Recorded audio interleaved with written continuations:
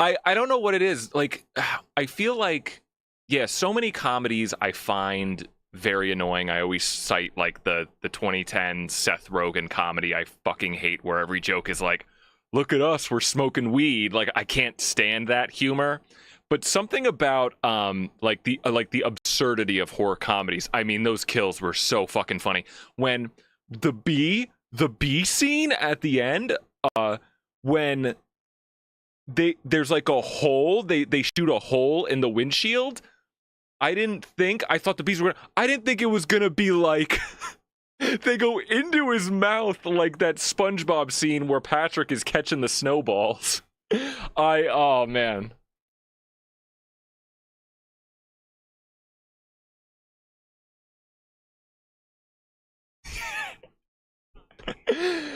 Oh,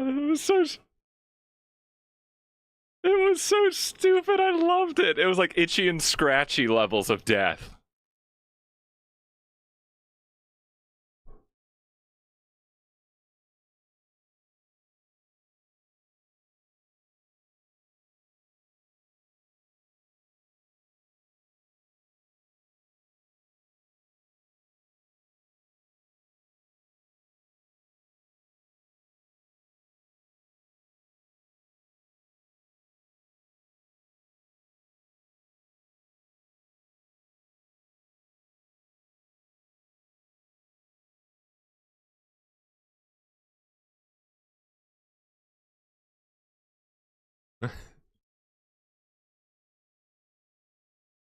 Yeah, I was so shocked. Like, I love the when it was like hard cutting to the funerals, and like I don't know what it is about what makes me laugh. Like that priest that was doing the funeral, he was like a young kid, was so funny. He just walks up to the podium of the beheaded girl and he just goes, "Oh fuck." He's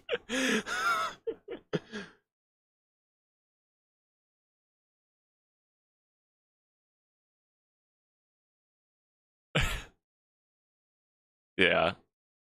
Yeah. Sound good. Thank you. I'm thank you. I'm fine.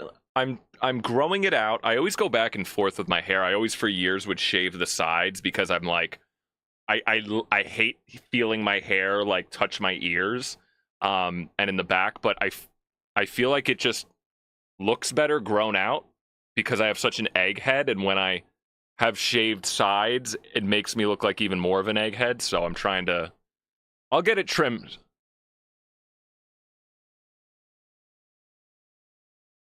Yeah.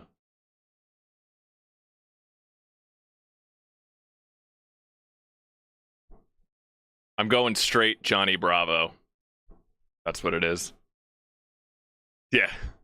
Do the monkey with me. Yeah. God. We used to be a proper country. I You know what I'm excited about? I'm excited this weekend for Black Bag. I'm on a Soderbergh kick. I am pr- Presents best thing I've seen all year so far. I I why did you not what did you not like about Presents? I'm so curious.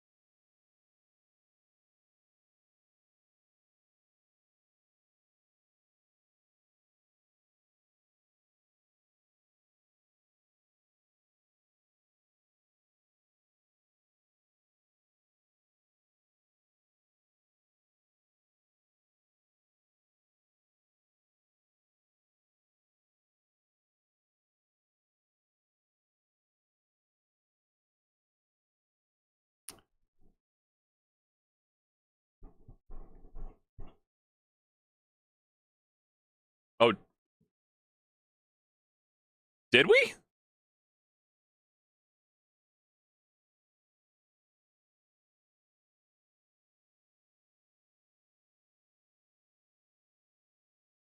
Sorry. No, it's just it's still the genuinely the best thing I've seen. I mean, I've only seen a dozen movies so far, but no, but yeah, another Soderbergh this weekend. I'm pumped. But yeah.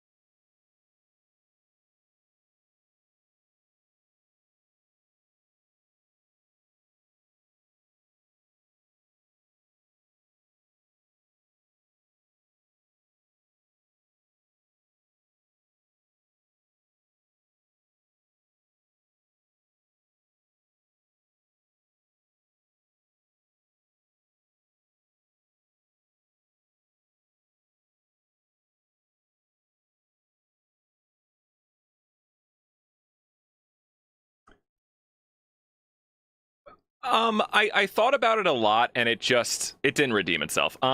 But there's so much to like about it. Um, but I, yeah, I just it's tough. I wanted to be generous to it because I was like, I don't. There's so many good things about the movie.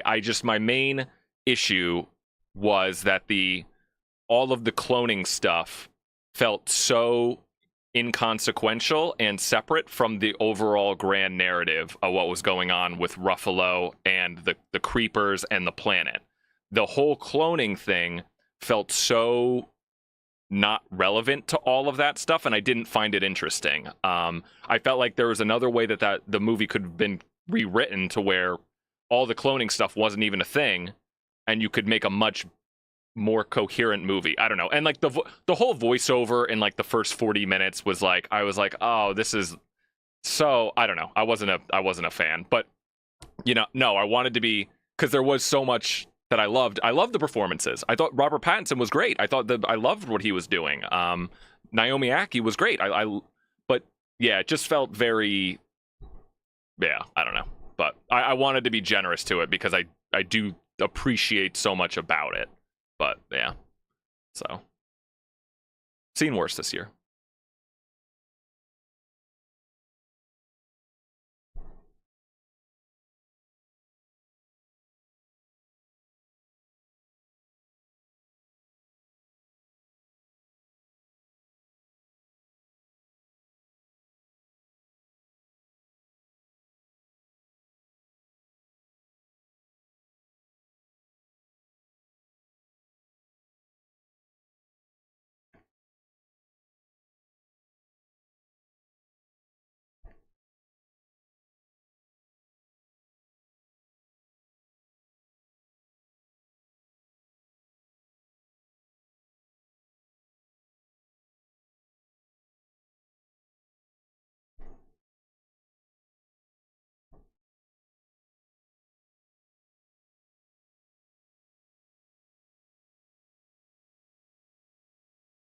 Hold on one second.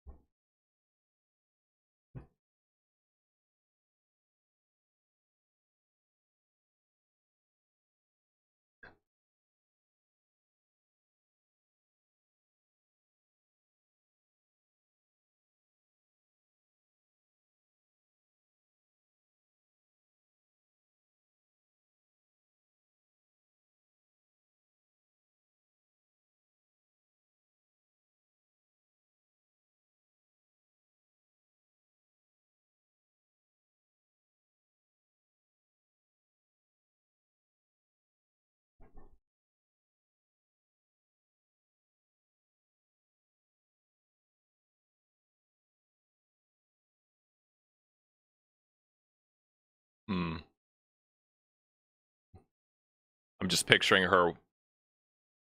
Good, good. I'm just picturing Maya like watching Moana 2 and like you're doing the dishes. She comes back with her iPad and she's like, "It's woke, too woke."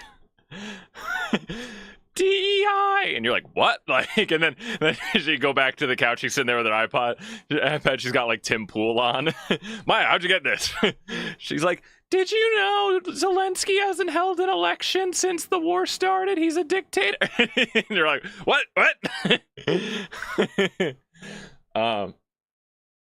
Yeah, he doesn't wear a suit. Disrespect to the presidency. All right. Yeah.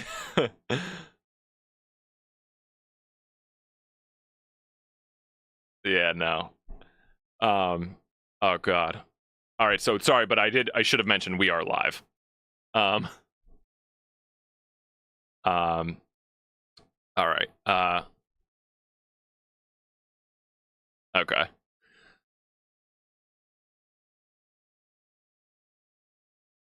Yes, that's Tulsa King. It's the Tulsa King. It's part of the the Taylor Sheridan verse.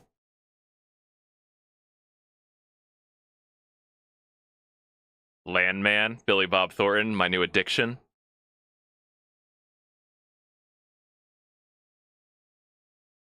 Um,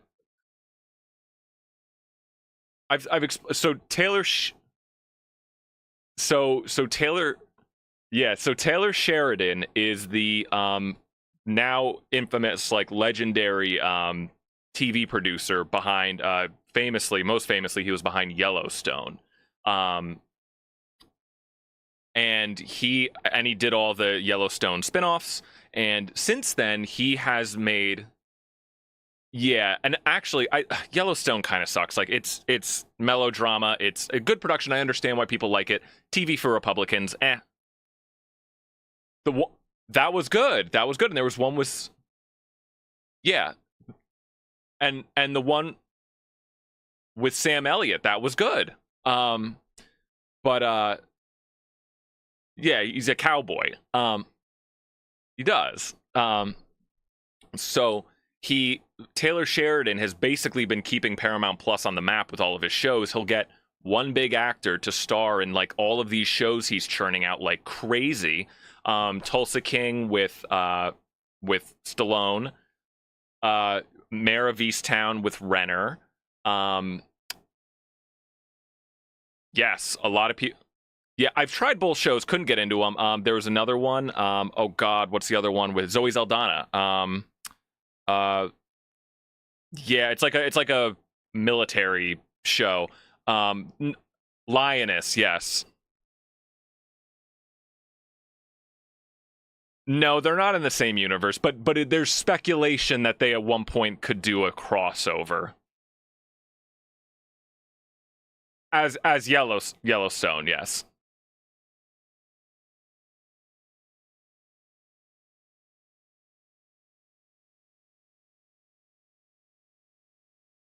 Yes, there's been fan theories that they might do that at some point, but they haven't yet.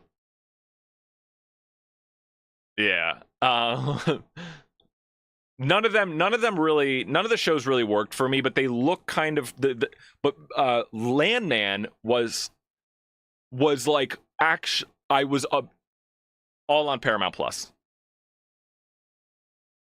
Yes, they're all like he's made like he's made like that's the only one that works for me because it's so batshit insane, like nothing makes sense, but like it's all like it's like masquerading as a prestige TV show, but it's every Sunday night I was like, new episode of Landman, fuck yeah. I was like I was addicted to it. But oh yeah, he's another, yeah, his politics aren't great, as you'd imagine. Yes, and he directed Hell or High Water. Yeah, or yeah, yeah. No, that's or wrote it. Yeah, yeah. Yeah, TV for Republicans.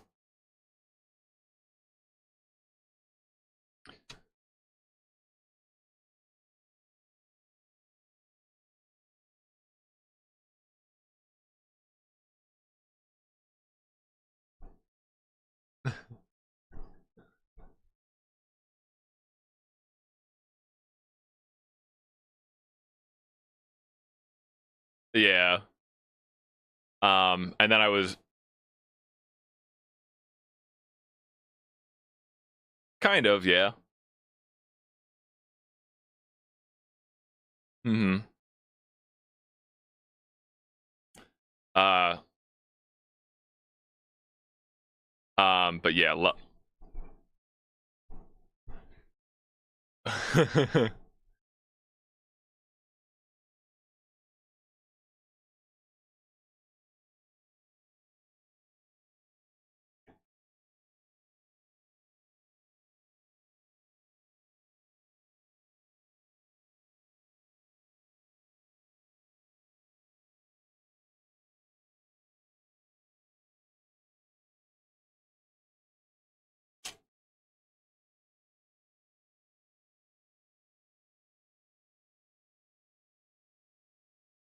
yeah.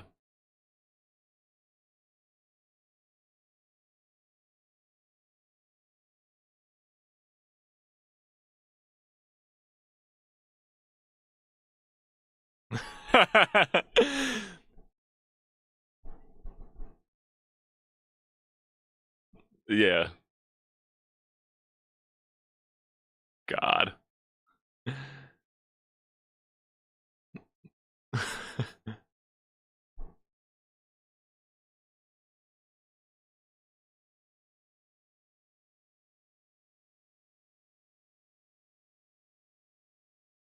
Yeah.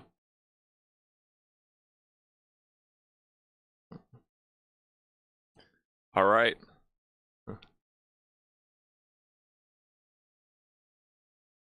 Oh, sorry. All right. Uh, welcome everyone to a new episode of Eyes Wide Watch Club. Remember to like and subscribe and all that good stuff. But yeah, so we are here the month of March. It was Remington's turn to choose a selection. So he graced us with the 1970 movie El Topo. So yeah, why don't we just get right into it? Remington, why don't you take it away and introduce the film for everyone?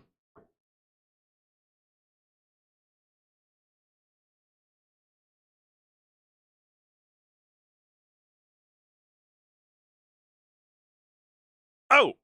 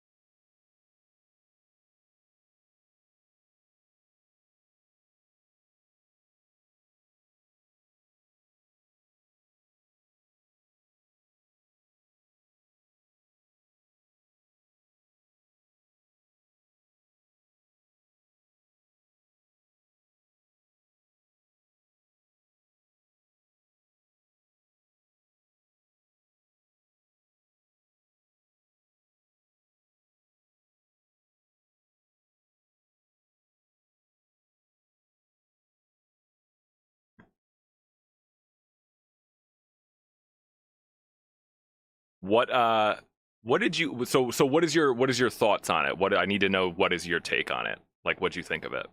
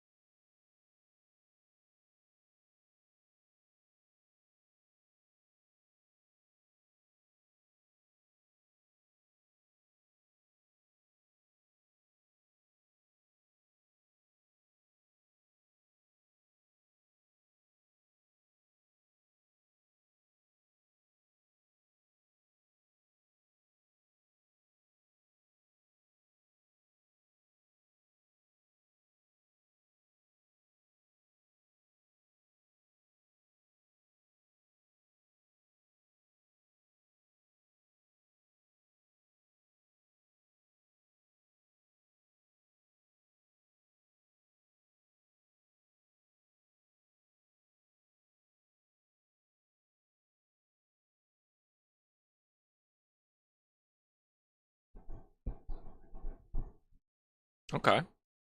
All right. Do you want to go, Gene, or you want me to go? Okay. Yeah, so I've heard the name of this film before. And I heard of Alejandro Jodorowsky, but I never knew anything about this movie. Um, so was glad that you recommended it, and just to get it under my belt.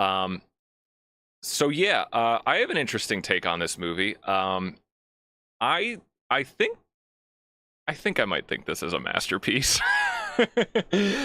uh, um, I'm waff. It's no Children of Men, but I kind of okay. So I love it's actually I do love so I do love westerns. And Good, the Bad, and the Ugly, one of my favorite movies of all time. But what's so funny about that movie is it's really kind of a spoof on Western movies, on American Western movies. That's why they're called. That's what the spaghetti Western genre is Italian Westerns, like basically making fun of American Westerns, parodying them. But some of them end up being the greatest, like acclaimed Westerns of all time, ironically. But with this movie, it was funny. I watched it. I am so glad I gave myself a second watch for this movie. I watched it twice, and the second watch was so much better than the first watch because the first time I watched it, you're kind of just taking it in, all the absurdity of it, and I think I missed a lot of just basic plotting points along the way. I was getting swept up in the shock of everything that I was seeing so much in the first viewing, but the second time I watched it, I was surprised at how much I actually think this film is kind of straightforward in a weird way of what's going on. They accomplish a lot, definitely plot wise, in the matter of 2 hours. It feels like a longer movie than it is, and that's not even a bad thing, because they cover so much ground. But yeah, I was surprised at how much by the end of the second watch, I was like, oh, there's a lot of shocking and weird things happening. But as far as the story beats go, it's kind of almost like not too off from your just traditional hero's journey, with just presenting it as in the most bizarre way possible. So there is a lot of themes and messaging and things that I'm like, well, I don't even know what they're necessarily trying to say about this the more I thought about it. So that's an interesting conversation we should have. But yeah, actually the the description of the movie on Amazon Prime, I thought was like a really good description of it. I wrote it down. It says, El Topo is the legendary cult film that firmly established Alejandro Jodorowsky as the master of the outrageous and profound. In the late 1960s, when spaghetti westerns were all the rage, Alejandro used the syntax and style of this genre as a vehicle to tell a surreal odyssey of mysticism and enlightenment.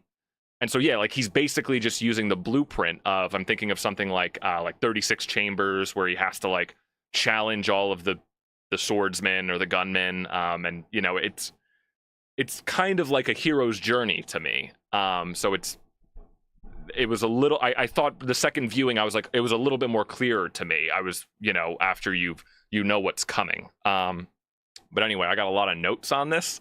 And yeah, but I kind of loved it. I love weird shit. I love westerns. I love just like, it's a simple hero's journey.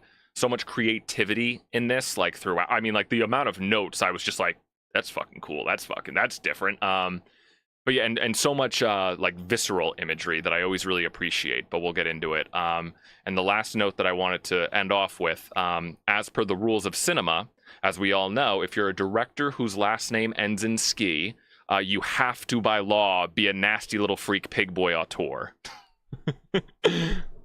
As we all know, if your last name ends in ski, you are, by the rules of cinema, a freak. So yeah.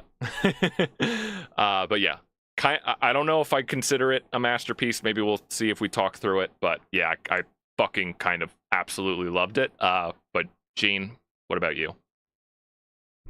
Yeah, yeah. What's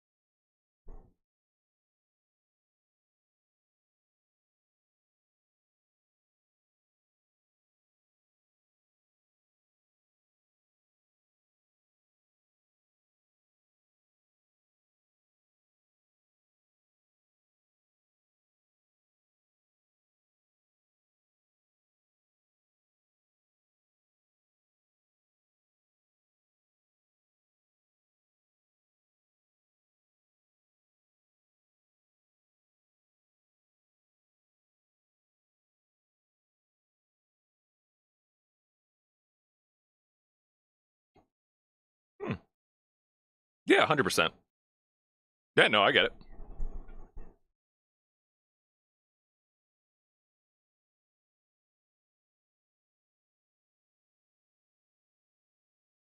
Yeah.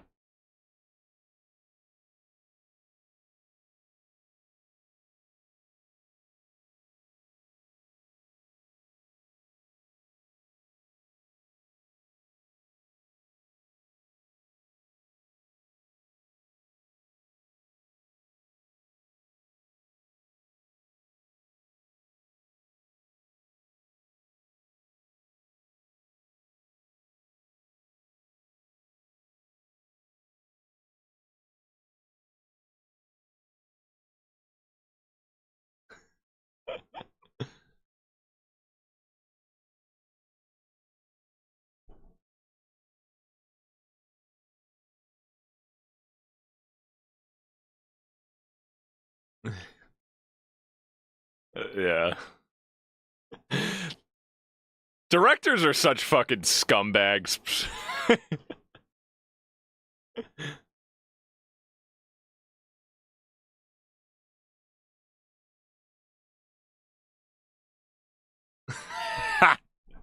And of course, he casts himself.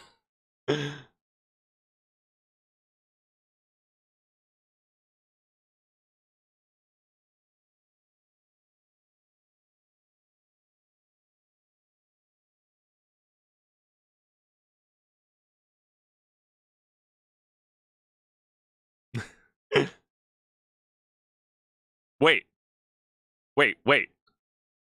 Wait, that's a joke, right? He didn't really, did he? Okay, I could believe it. I could believe it if you told. I would so buy it. Okay, okay.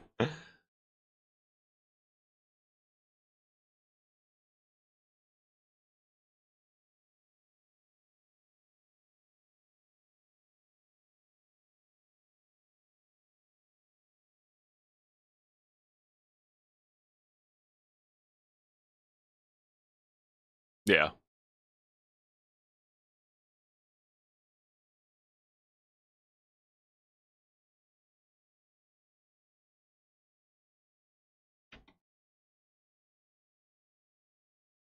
yeah. No, that makes sense.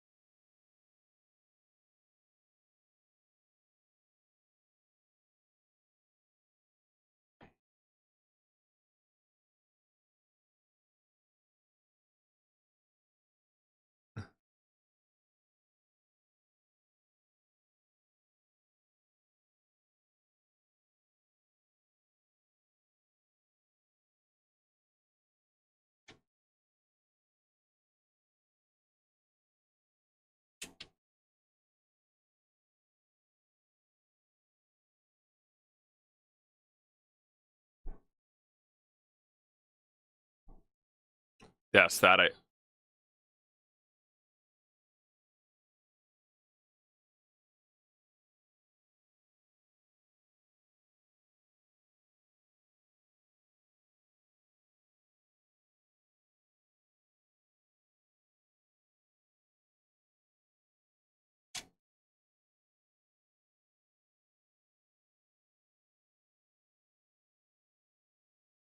I. Um. Yeah. No. I. I mean, I heard of Holy Mountain before, but my thing is, I don't even. But that's the thing, and I promise. I feel like I'm going to sound pretentious when I say this, but like, I don't even think it's that crazy of a movie. I mean, it's shocking in its presentation, but I actually like understood like there was a clear narrative here. Like there's a I mean,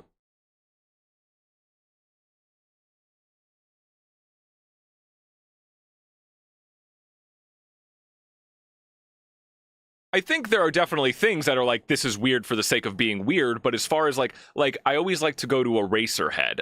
Like that's a movie where it's very weird in its presentation and it's in like but the weird is interesting. I like the weird, it's different. Like it almost feels like in this it right. And I like that. I like weird, but I can tell what it's going for. Like there's a something like to me really weird is something like Mulholland Drive, where it's like okay, you gotta like watch some YouTube videos to even understand like what this is supposed to kind of be about. Um, I don't know. That's what I feel like. But no, I mean, I love it. I love it. It almost feels like in this movie Jodorowsky is like filming a scene and he's like, wait a minute, this scene isn't weird enough. Throw something in there to make it weird, like play with a balloon or something.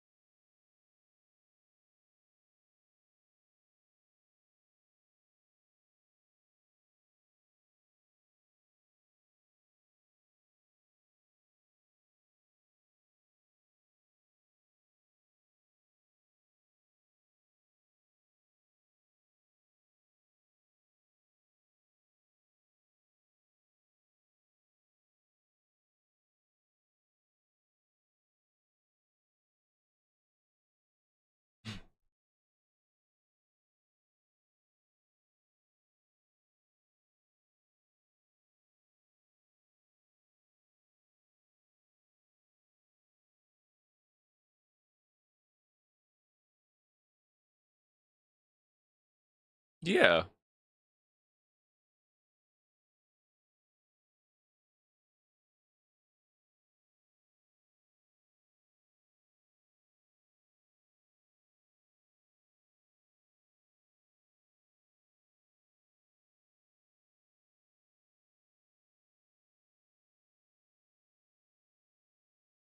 Uh.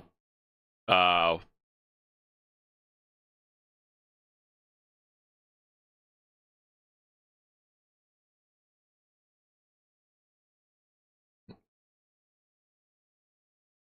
Yeah.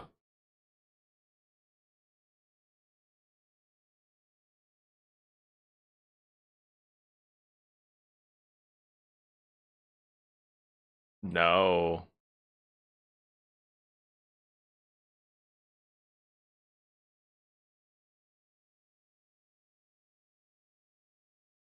That I read. Yeah.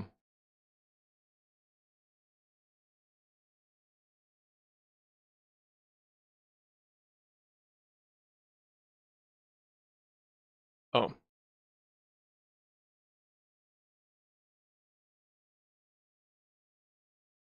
I. Th- I think that was. I think that was. I did read that. I think that was him regretting forcing his son to be in the movie, and that was years later, like him apologizing to him. That's actually kind of sweet in a weird way. I don't know. It's kind of anyway. But I, so I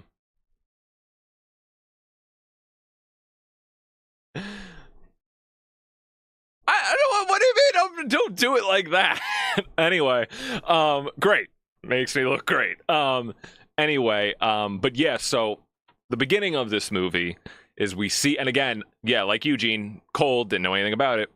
We see El Topo riding in the beginning right away. He's got got an umbrella, and I was like, that's an interesting choice. That's like the least weird choice, but you're getting eased into it very quick. I know, but you don't see them traditionally. I feel like that's kind of what the cowboy hats. Anyway, but the most shocking thing, the fucking kid is like the 5-year-old kid is like butt naked for the entire thing, and I was like, oh god, it was the '70s. I was like, oh, this kid's gonna be naked for the whole time, isn't he? I was like, oh god. But yeah. So makes him bury the things, like he's, what did he say? He's like, he was 7, which means you're a man now, and as per the Wild West, I guess that's true. Your life's yeah. But and by the way, but that's the thing though. That's why this is going towards my theory of this movie isn't really that weird as we think it is, like only in presentation, because it's the Mandalorian and Grogu, right? It's the bear and the cub, like it is. It's the same thing. Um, well, it's in.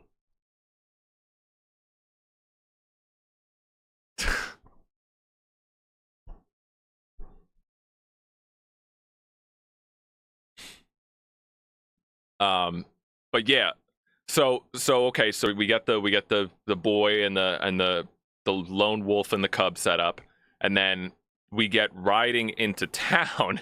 I laughed a lot through this movie too, and it's just this like really solid basic intro music, like adventure music, and then the camera just pans over and there's a fucking bloody woman on a spike. And I'm like, oh boy, tone setter, here we go, this is what we're in for.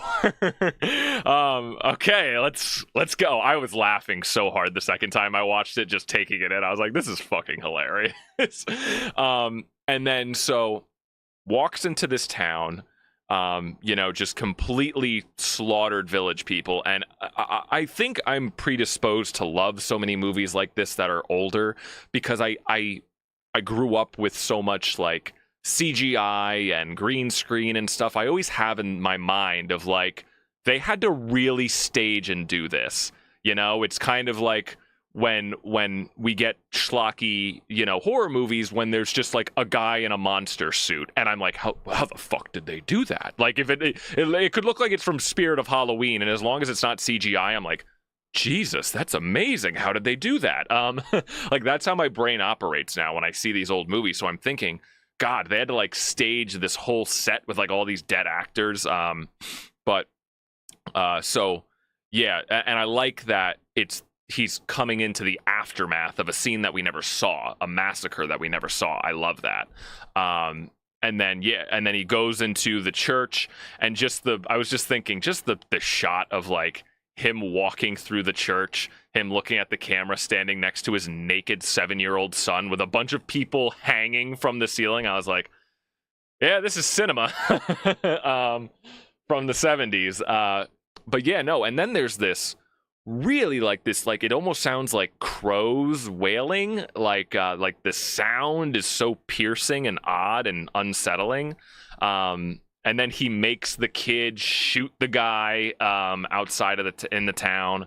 And it is help me out. Is the implication that that was his home? Because I didn't pick up on that at first. I think that's meant to be his hometown, or that would be a good assumption. I don't know, but I thought maybe that would make sense in the beginning. Maybe not that it really matters, because then we just cut to the three goons in the desert.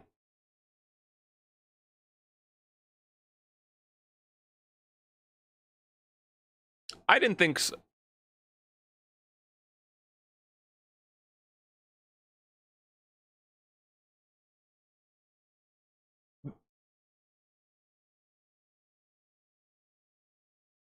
No, well, I didn't think that either, and when the first time I saw it, but then it just hard cuts to the goons. Like, yeah, that's the thing. There's nothing, which I do like, by the way. I like that they don't tell you any of this. It's just there's so little dialogue at some points. It just hard cuts to these three goons in the desert that he goes after, and then only after watching it the second time, I was like, oh, okay, so these are the three goons that are part of this gang that did the massacre.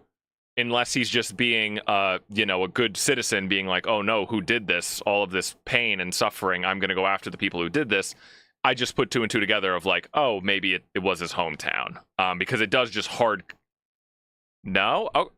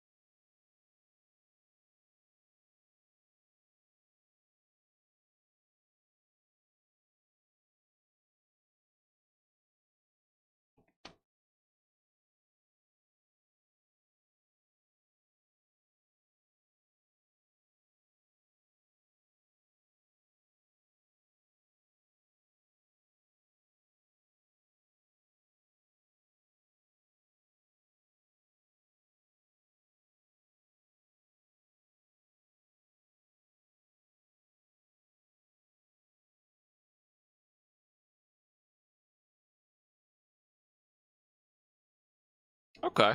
Yeah, no, that makes sense. Yeah, no, I didn't even like pick up on the first watch of like it just cut, because I have such a small tiny brain and attention span. I'm like, wait a minute, what was that? What? And this is the good, but like yeah. So yeah, okay. So then he encounters the three goons, which are part of the gang that did the massacre. And then, yeah, just like, again, just so many creative things in just the setting of this. That like other modern Westerns today just wouldn't do. Like, like they have that balloon they blow up the balloon to like do the standoff. And when the balloon deflates completely is when they draw. I was like, oh, that is so good. But the presentation of these three goons are also so, wacky. Like there's this very like whimsical music playing when they're introduced. Yeah, just tonally so odd and then and unsettling. And then there's, as he's shooting all of them, there's like all of these goats or sheep or something just baying in the background. Like it just, I don't know, it made for such an interesting setting to me. that I feel like so many other movies, like they wouldn't include like fucking goats or anything in other movies like this. It's just that extra layer of just interesting things to look at. And then yeah, he kind of has like this noble samurai swordsman energy to him, because you notice throughout the movie he always gives his opponents a fair fight, right? Like he gives the last goon his gun after he has him like he has his like back against the wall, and he gives him his rifle to like fight, and then they literally fight with their rifles like swords for a hot minute, which I thought was very fun.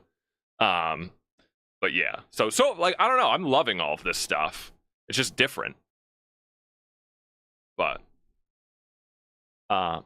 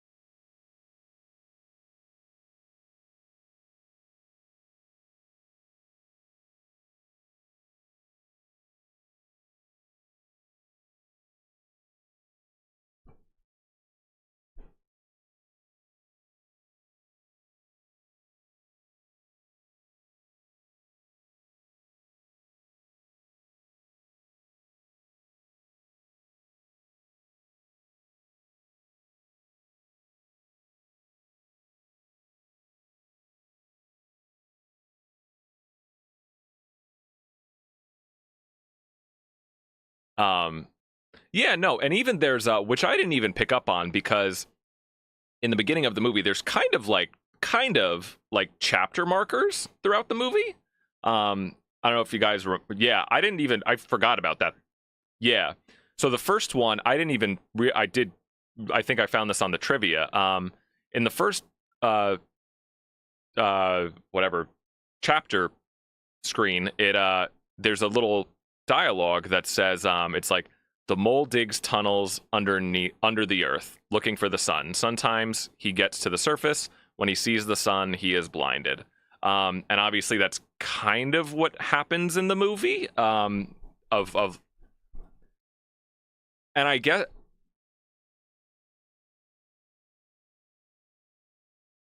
oh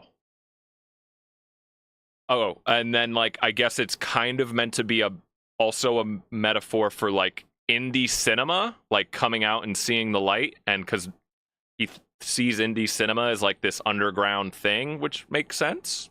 I buy it.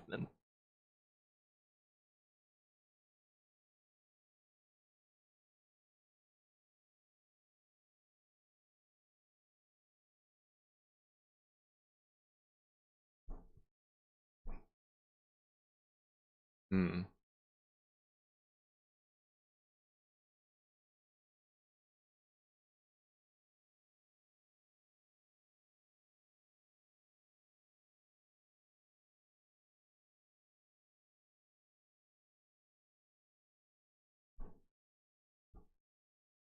I fucking love that. Do I sound like a pretentious asshole? I love that shit. I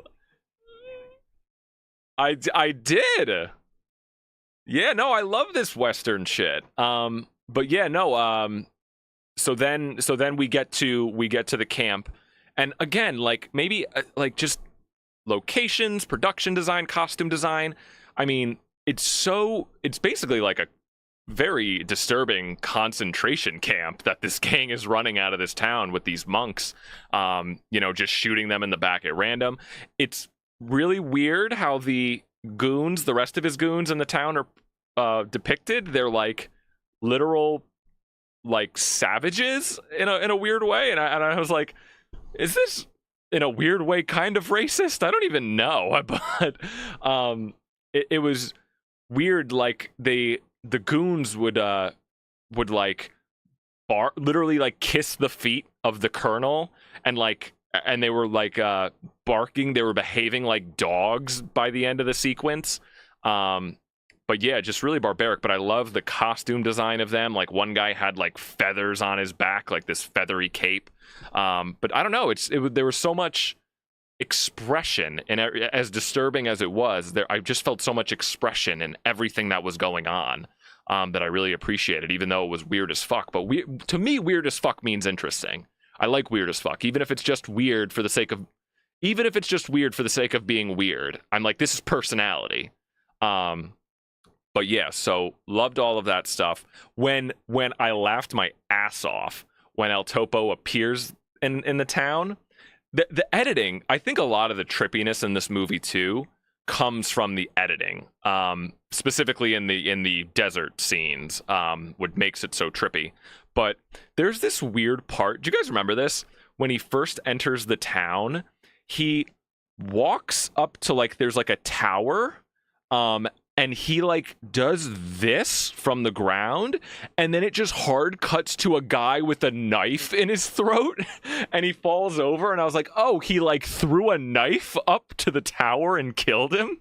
But it was so unclear from the edit that that's what it was, and it takes a minute. But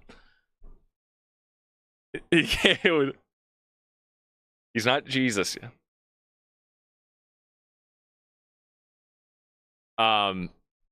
Yeah,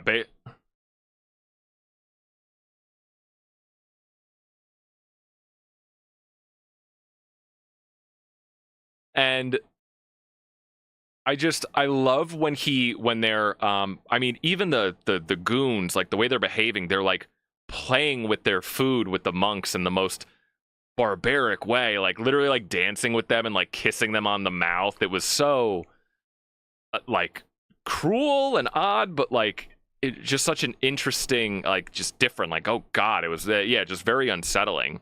And then I love how El Topo makes his entrance. I didn't pick up on this the first time, but I laughed my ass off the second time when they're all like, well, then there's the introduction of the Colonel. I don't get anything that's going on with like the sexuality stuff in this movie. I don't know, Remington, can you speak to any, like, because is the Colonel meant to, was he wearing a wig? I forget. Is this like a whole like drag thing? I don't know. Or no.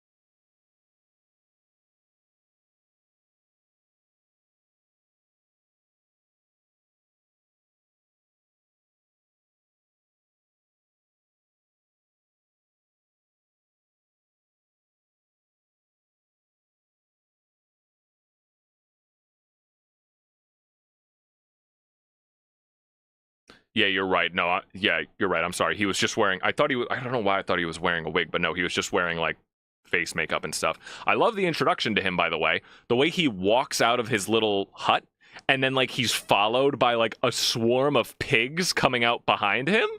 Like that is so good. Like it's such good imagery. Like and that's real. Like they had to really like do all of that. But there's so much of it. It's hard to appreciate on the first watch because you're just like, how much shit is going on? But I'm just like, damn, that's interesting and cool. So yeah, makes that big entrance. They're about to like, I don't know, like rape the woman or whatever. And then El Topo, he busts in they're in the graveyard, and he busts in through a set of doors that are just like on a wall that is separate from any structure. Do you know what I mean? It's just like a random door, like to an old wall. Like he just bursts through like he's not entering a building. I thought that was kind of funny, like a dramatic entrance. And in the shot, you can tell that he has like his son on his back, and it's like you can tell. I paused the shot because I laughed so hard. It was just like it was just a doll on his back. You can clearly tell. Like the doll was just like it was his naked son with a hat. It was just like a toy. But yeah, so yeah, love all of this. Then he really weird. He does the duel with the Colonel, and he does the duel with the colonel. The duel, I don't know if like this is just a thing in old cemeteries, but the courtyard circle they were in when they did the duel literally looks like the end scene from Good, the Bad, and the Ugly, which was funny. And then he defeats him, gives him a fair fight. He does this, of course, like because he's Jesus. He turns around, he turns his back to the colonel, and then just shoots him from behind because he's Jesus. And he's the director, and he's the God Emperor. And it was just this weird thing where he gives him like a fair fight. I think there's one point where he gives him his pistol or whatever to do a proper duel. And then all the townspeople, like, he just lets them cut his balls off. That was pretty gnarly. Right. God, it's so cruel. I mean, well, but yeah, so yeah, it was all just very very shocking. And then the guy, offs himself.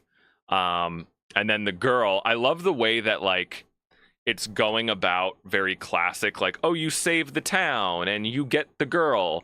And the way that he gets the girl is the girl just runs up to him and like puts his hand on her breast, and that's like the signaling. There's no dialogue of like, yes, take me, El Topo, my savior.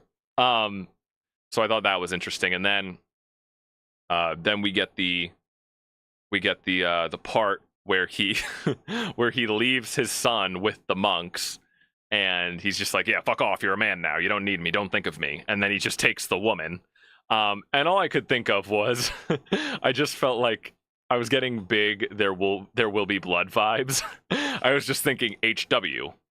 Yeah, HW. You're like literally HW. I was like, you're no longer I abandoned my child. It is similar. I wonder if that's like almost a weird inspiration, but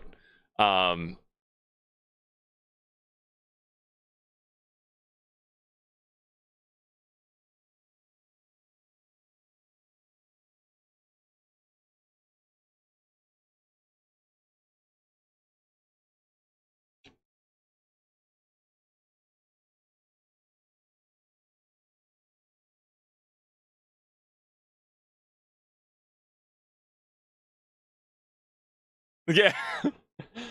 I just it's something about leaving him with the monks. I was just like, oh, he's LW.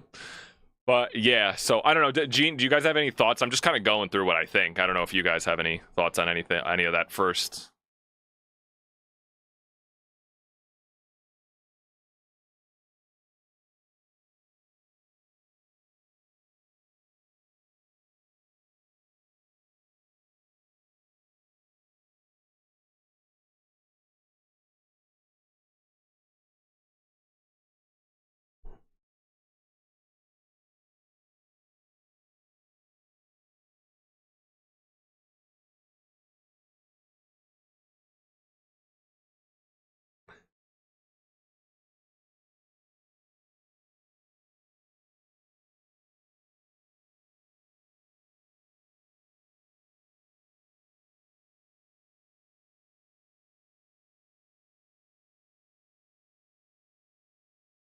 Hmm.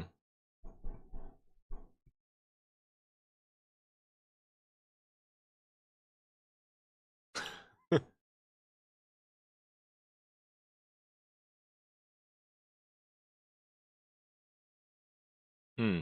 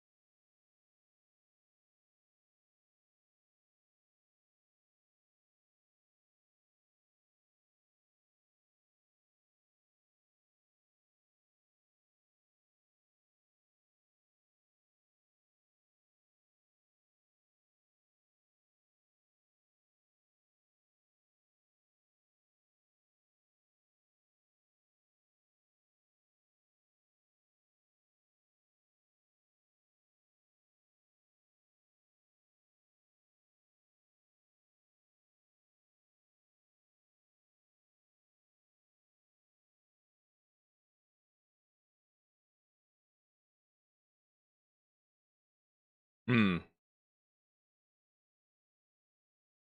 Hmm.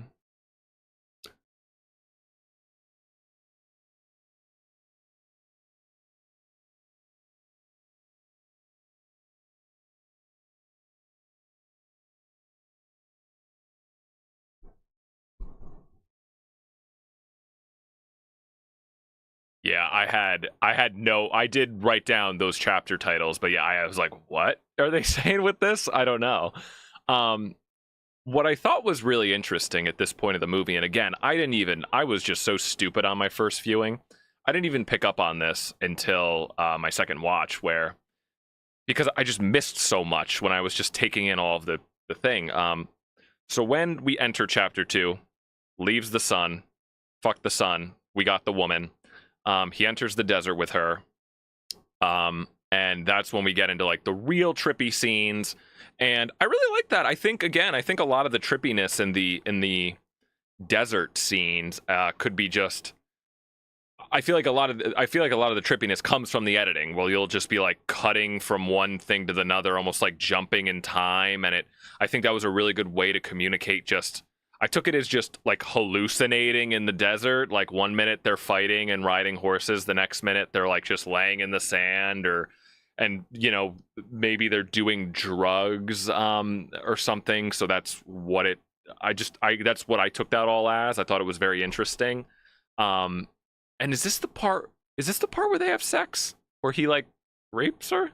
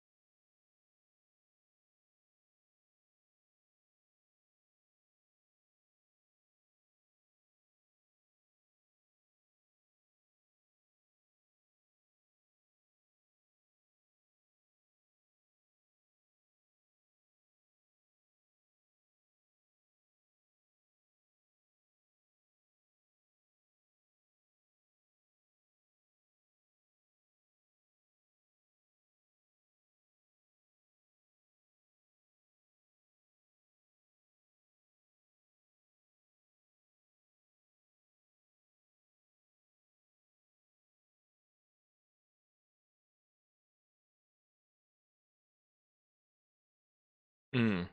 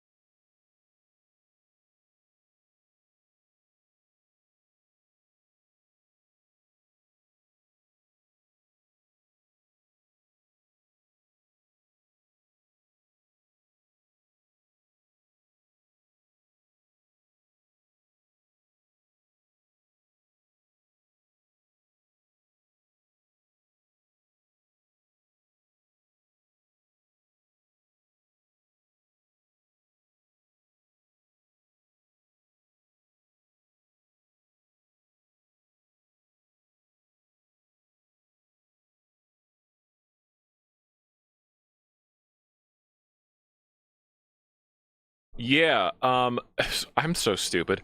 The first time I saw this, I didn't even pick up on that like he raped her in that scene. I was kind of I they he like it starts hitting her and like taking her clothes off, but then I thought they like cut or something to like then they were making love, so it was like they were fighting. Then I didn't even like register that like, oh, that was supposed to be he raped her. Um, but yeah, that changes a lot. And then yeah, of course, then I go on to read he was advertising it as a real rape scene in the 70s. I was like, yep, this is good old 70s filmmaking. Like Jesus Christ. Um yeah, so that was insane. So so but so then so like you said, Remington, we think after that scene, which make this all makes so much more sense, is when he feels his first ounce of power. And then see, because then there's the point where she is the one that brings up, hey, there are these four grand gunslingers in the desert, and I want you to be the best. And if I wanna love you, I need you to be the best.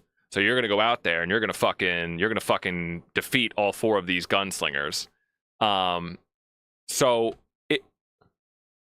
yeah, but it's funny. I didn't pick up on the first viewing. Like, again, I didn't pick up on so much because I was just taking in so much of the imagery. I didn't pick up that because I thought to myself, wait a minute, how does he go on this journey in the first place? Who tells him?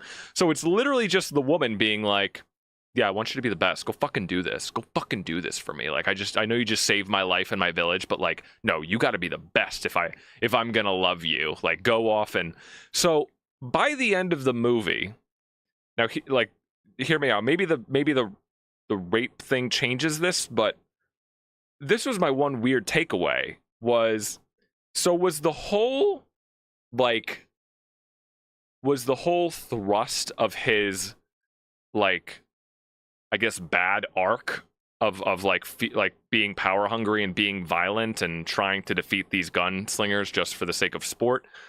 Like, is the movie just saying like, oh, it was all just because of this dumb broad? He was just corrupted by this woman. You know, does like, is that a weird take?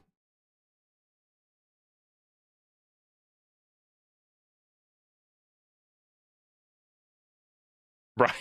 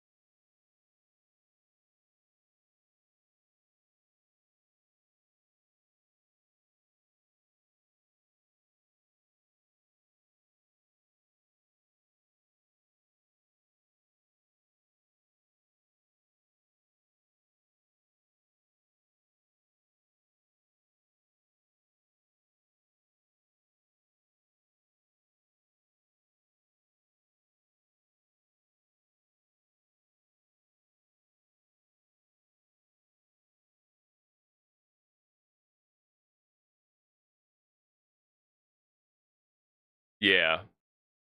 No, you bring up, okay, yeah, you bring up good points of like, yeah, he's disregarding her. It becomes more about him. She's just the one that, yeah, she's just the one that brings it up to him. But it was funny just the way she presented it in the beginning and like was like, I need you to be the best. Like, I was like, what is the message here? Like, don't trust these hoes. Like, that's what that was. I was like, is that his thing? Like, oh, I it was all just because of this.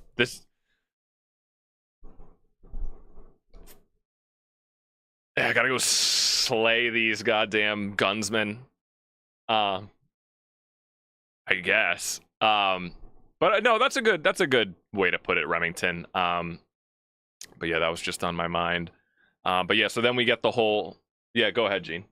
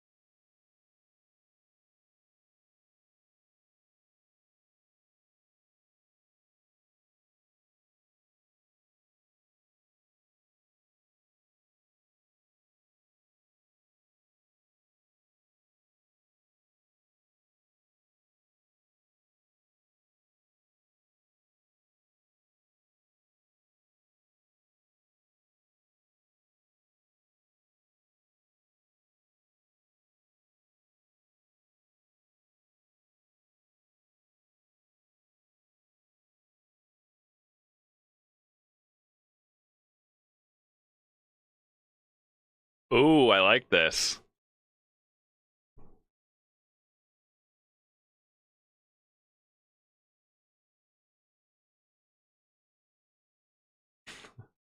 No, it is. It is.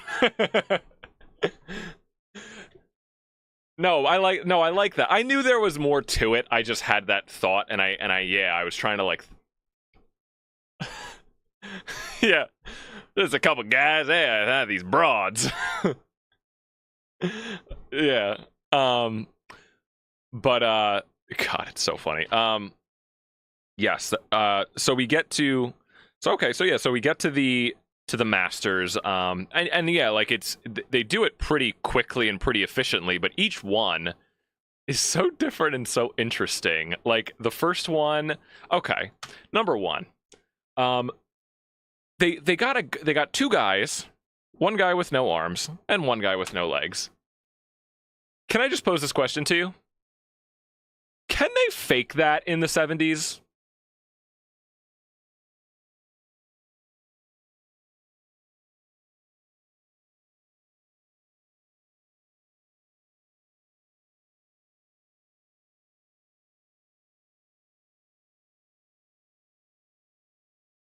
I Oh, okay. No, I didn't. No, of course not. I just it was like in my mind like but it was just like Jesus Christ, like they really had to find like amputees, Jesus, like that were willing to do this. Like that's a lot like that must be a lot of work. Like and that's I don't know, like I look at that I'm like that is truly shocking to me. Like that's what I mean where it's constantly this thing I'm in like my cinema journey. Like when I watch older movies, I've just been so like my entire life has been watching like Remington in the Lost Lands. Like that's been like CGI environments. And when I see a guy in like a rubber Halloween suit, I'm like this is the most incredible thing I've ever seen in my life. I'm like this is fucking cinema. I'm like how did they do this? But yeah, it's just but truly though, that's like that there's real like that's so much value to me in that shit. But yeah, so anyway, yeah, it just was like I was like, "Oh, Jesus Christ, sick." There's like two amputees that are like the lackeys of the first master and he's just kind of like oh yeah, bullets don't affect me, shoot me and yeah, and then I guess the whole thing in this challenge is he just learns to cheat. Is that what right? Like the guy just falls in a ditch and he just shoots him like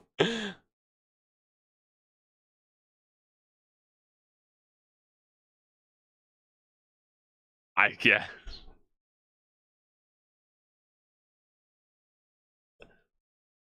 Yeah, well there is kind of like a it is when you think about it there is kind of like a unique way he kind of beats each person. Yeah, in the first one it's kind of just like oh cuz the woman tells him to cheat and then he just kind of like falls into I was like oh I guess they kind of just cheated. Okay.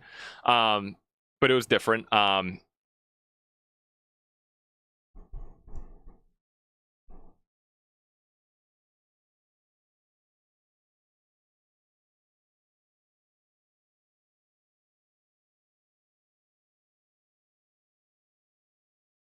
Hmm.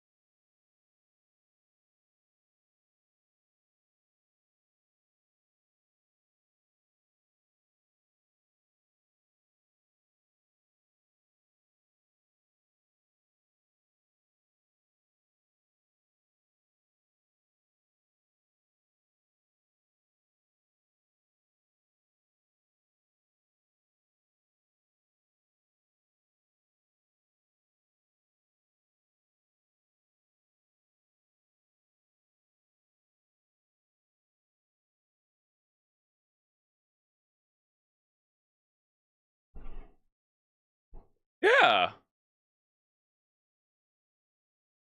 Yeah, yeah. It's like the seven deadly X's or whatever. Yeah.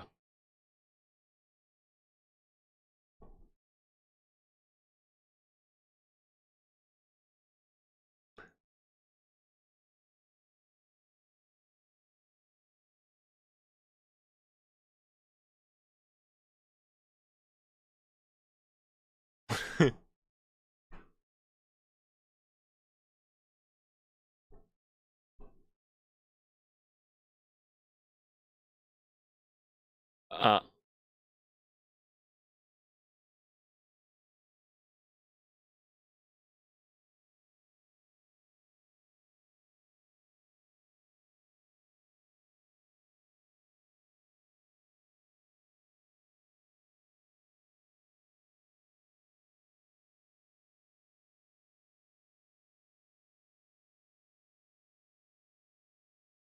hmm.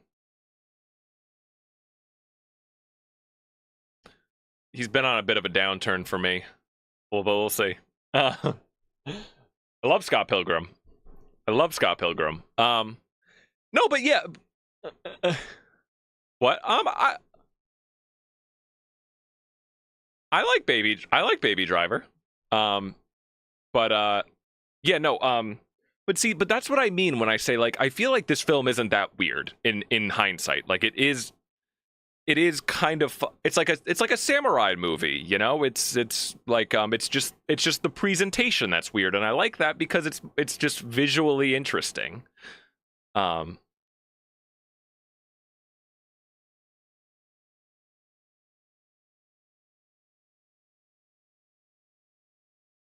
yeah,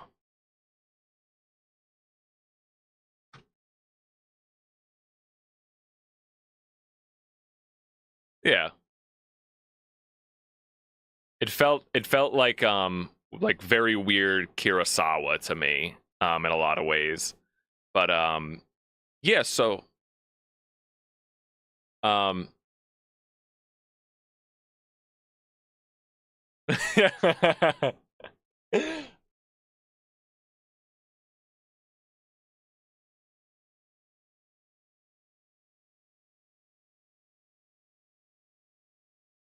yeah. Um that's all I mean when I say I don't think this film is as weird as you like. I mean, to the average film goer, yes, but anyway. Yeah, so we get to the we got the next master. But I just gotta say, sorry, I said this one note. After, I mean, I don't know, we can go kind of quick.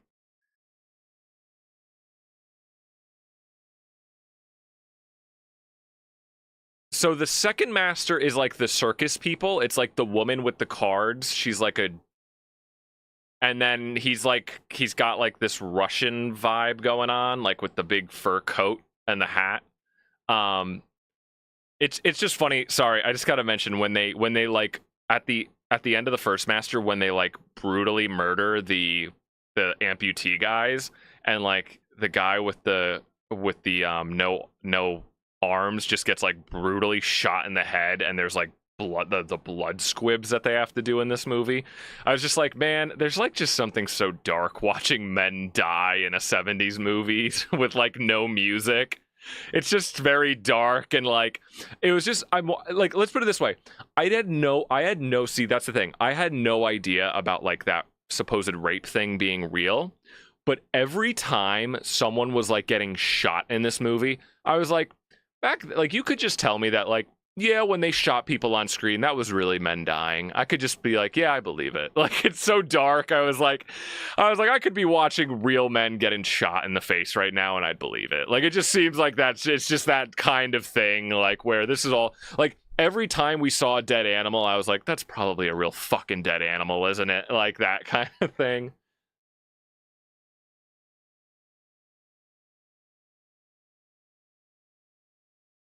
Oh,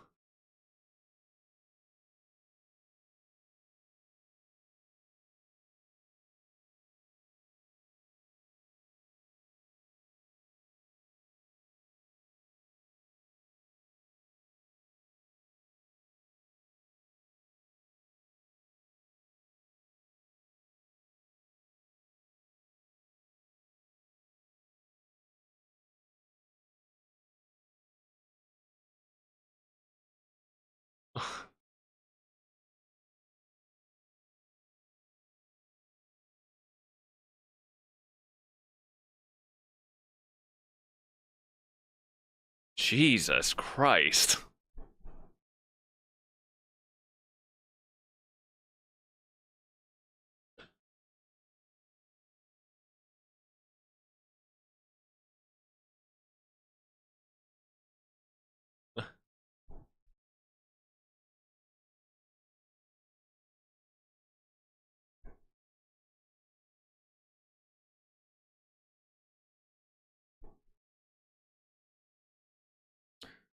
Oh no. Right. I gotta check that out. Yes, I did know that story. I didn't remember the movie, but I did remember that story. But yeah, no, it's funny because yeah, like people die on movie sets all the time. That's not a new thing. But then to actually have it shown, well, um,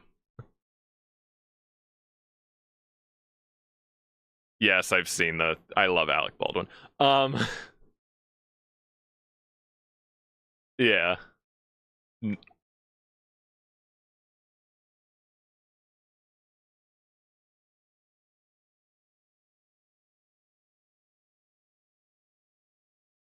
Yes.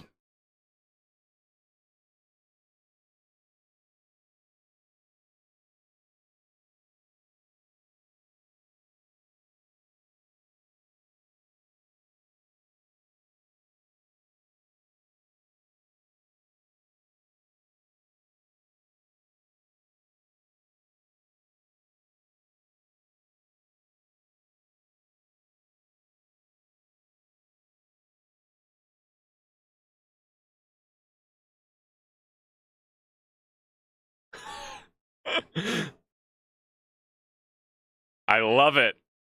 Soulless Hollywood. I was supposed to be Ki Hui Kwan. um,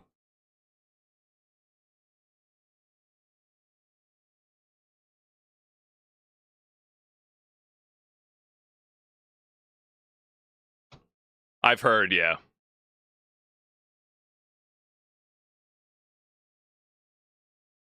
No, it's just no longer.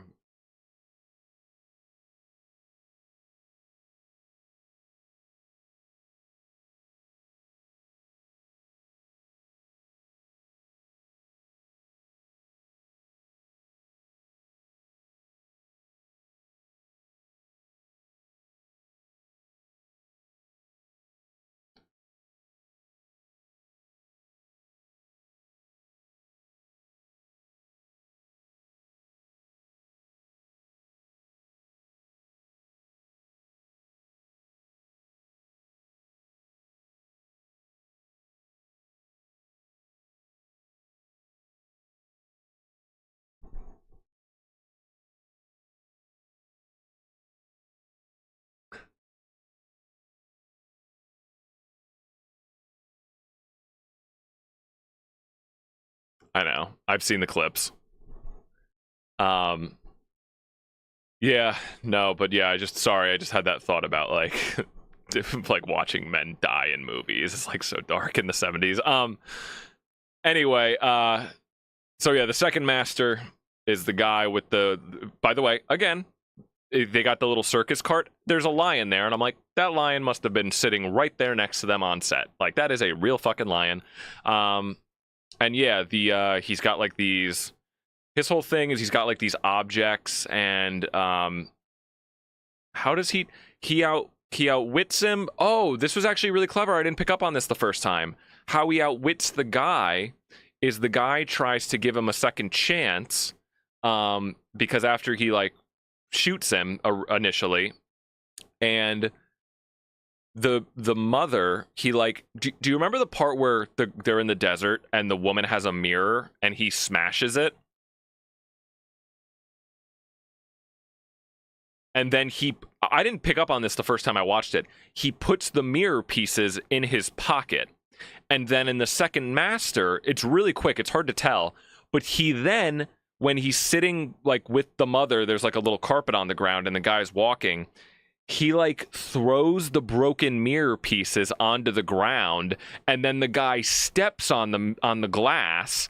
and that's what, like, he hurts his foot, and then like he shoots him or something, and that's how he like outsmarts him. I didn't pick that up, that was actually a callback, which was interesting.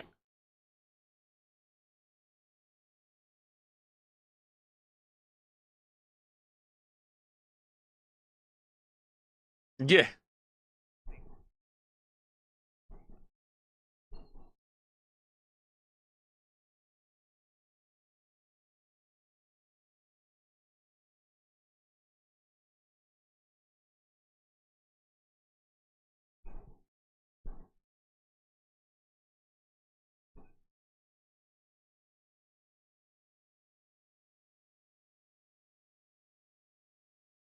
Yeah.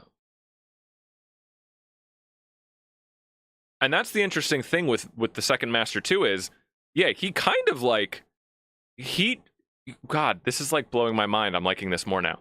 Because with up to this point, the El Topo has been very noble in all of his fights, but as soon as he gets to facing the masters, he starts to get more sinister. Like, he kind of cheats with the first guy. The second guy, he like does that dirty trick, like this, like you said, the second guy didn't even really want to fight. He gives him a second chance. He goes, oh well, I'll give you a second chance, and then he kind of like fucks him over with a cheap shot by like throwing glass on the ground.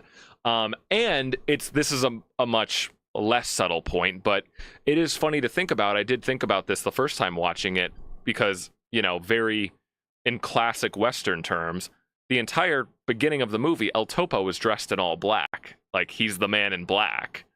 So we're kind of, yeah, watching the villain almost for the first half of the movie, which is interesting. But yeah, I really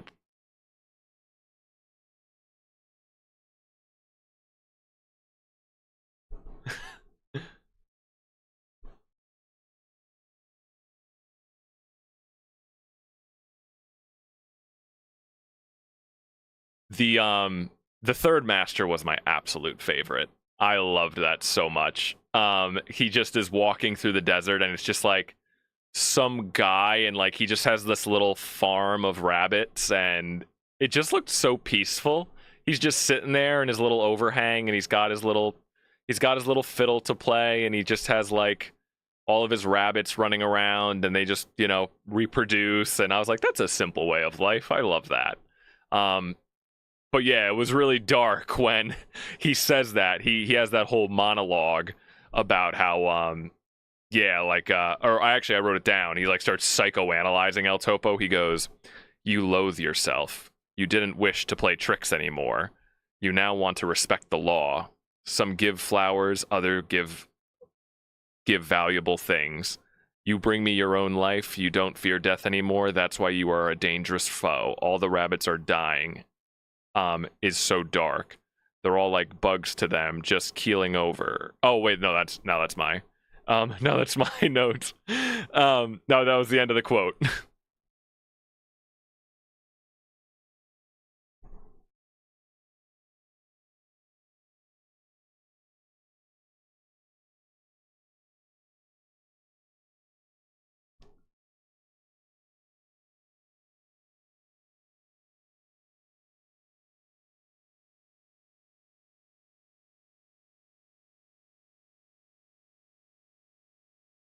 Yeah.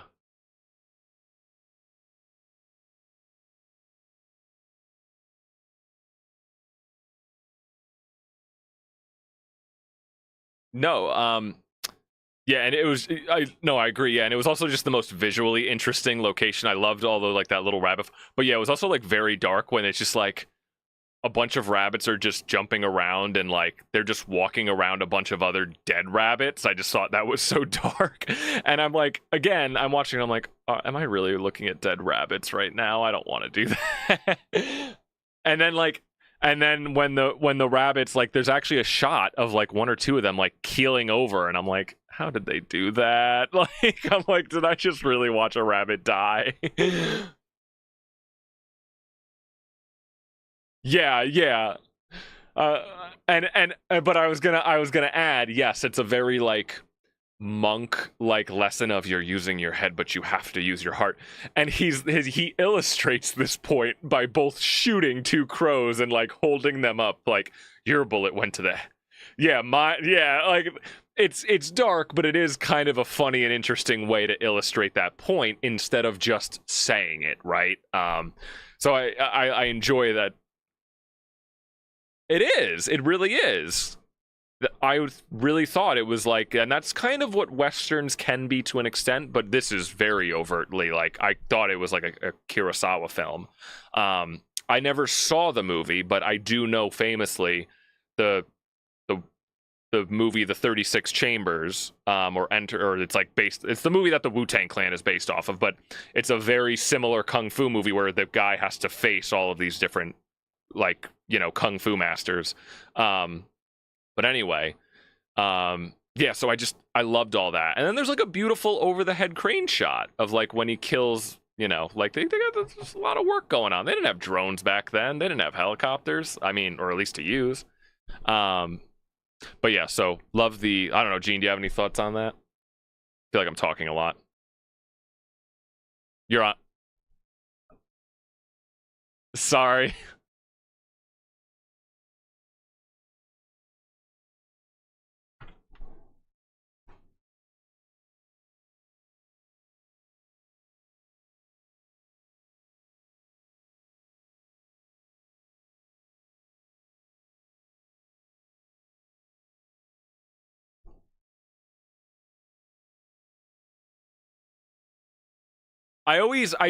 Yeah,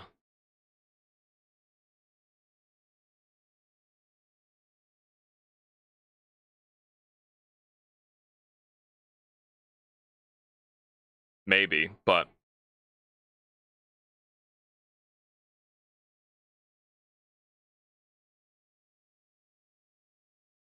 yeah, those crows were dead at DOA.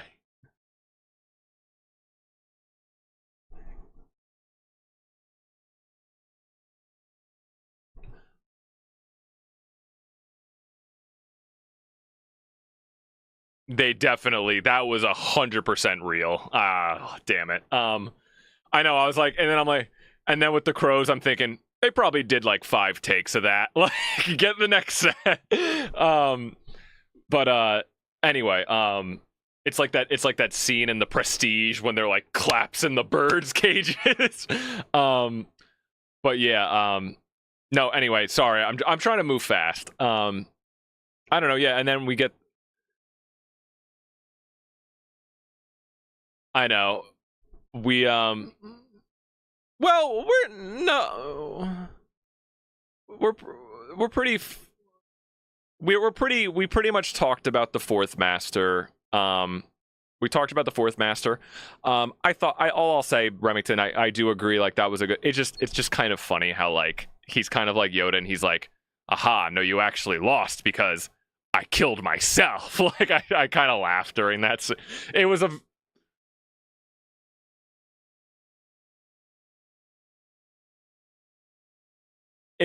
I loved it. It was just funny to me because it was so like cliche of like the it's like, no, you lost because I chose to kill myself. I thought I like that. But anyway, so that was good. And then we go through the whole thing where he has this whole existential crisis. He runs back through all of it, and that was all very interesting and different. And then we get the scene at the bridge where the two women kill him and fuck off and go live their lesbian lives. And then it's what happens, right? And yeah, basically. And then you get.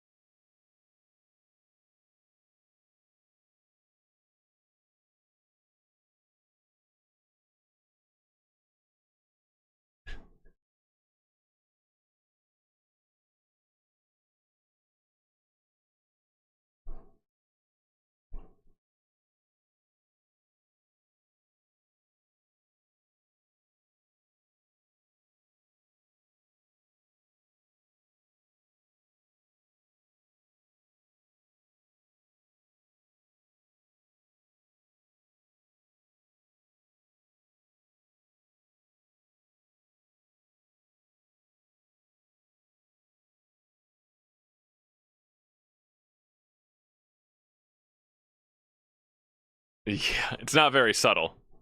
Um, and then he literally within the, and that's where all the deformed people are, and that's where he literally gets reborn. None of it's subtle at all. Like that's what I mean. Like I don't think it's that weird. Like I feel like it's a very on the nose almost at points. All I got to say about this whole thing is, as soon as the movie did this, I did think of the Jesus thing, obviously, eventually, but the minute he went down in that cave, boys, the only thing I was thinking about for the pretty much the rest of the movie was The Dark Knight Rises. That's all I was thinking about.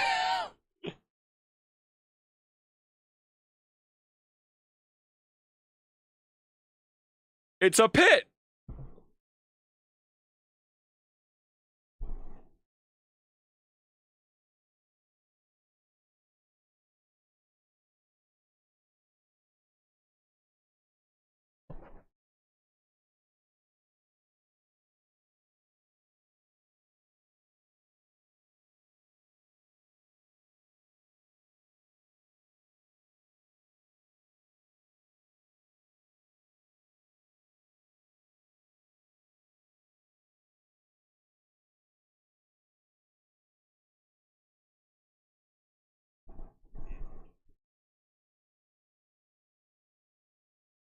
Yeah.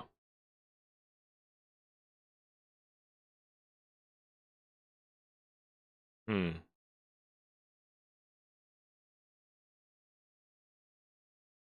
Yeah, no. And I'll try to a lot of this stuff like uh yeah, he meets the little woman who I actually really loved. I love that she became like, it's one of those things where she became a bigger character. I wasn't expecting that, which I really liked. That she ends up falling in love with him, and he's reborn. He's bald now. He's like this. He's like almost a completely different character. Literally reborn. Goes into the town trying to save the people. We get very on the nose things, which I really like. A lot of things with, there's a lot of parts with like African Americans and like hanging them and like the drag people. That's a whole big part. I don't know what it's trying to say with that, but then I thought was very interesting the whole thing with the church in the town. That's clearly like a cult, and the whole Russian roulette scene in the church. I loved, and thought that was a very like. Go ahead, yeah.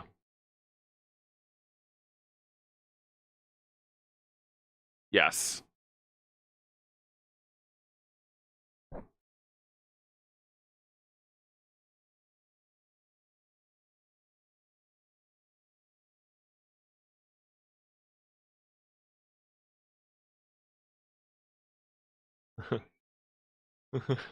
You're hitting Gene's button. Gene's waking up. Did someone mention capitalism?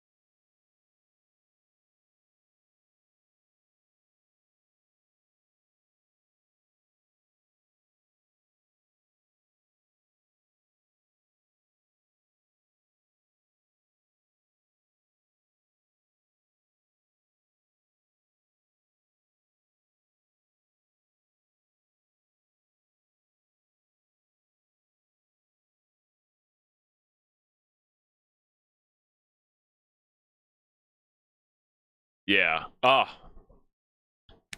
so well said.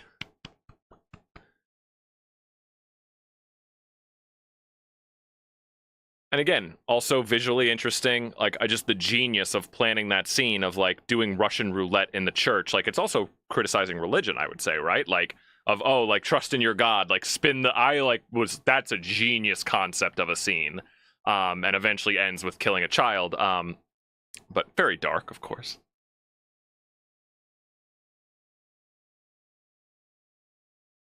Yeah. Yes. Yeah. Yeah. I would say so.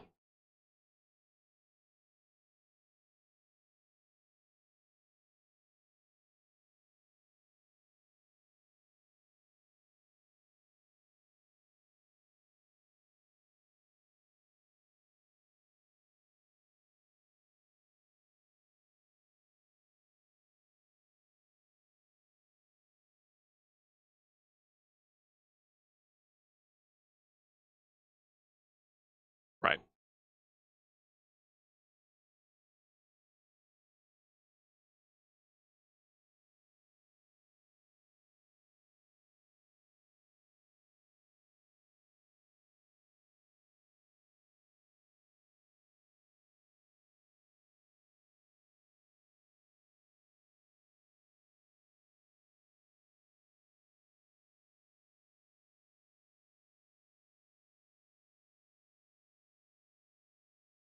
Yeah.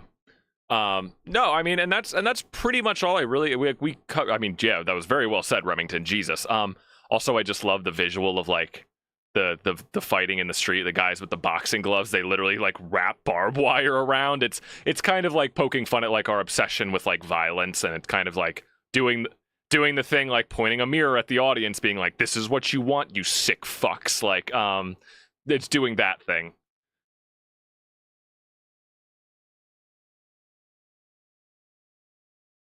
It's so beautiful. And it's like, again, I love the introduction of her. Like when she's first feeding him in the first scene, I didn't think she was going to be a big character. It's like the guy from Anora. It's like you don't think he's going to be a big character in the beginning. But anyway, um, no, yeah, and I guess the only thing we could just to bring up is that it's revealed that the one monk is his son. His son becomes El Topo and is mad at. I love all that was like it's so good. And I was like, oh, I see what you did there. It's his son coming back. And I kept thinking, HW, HW, HW, HW.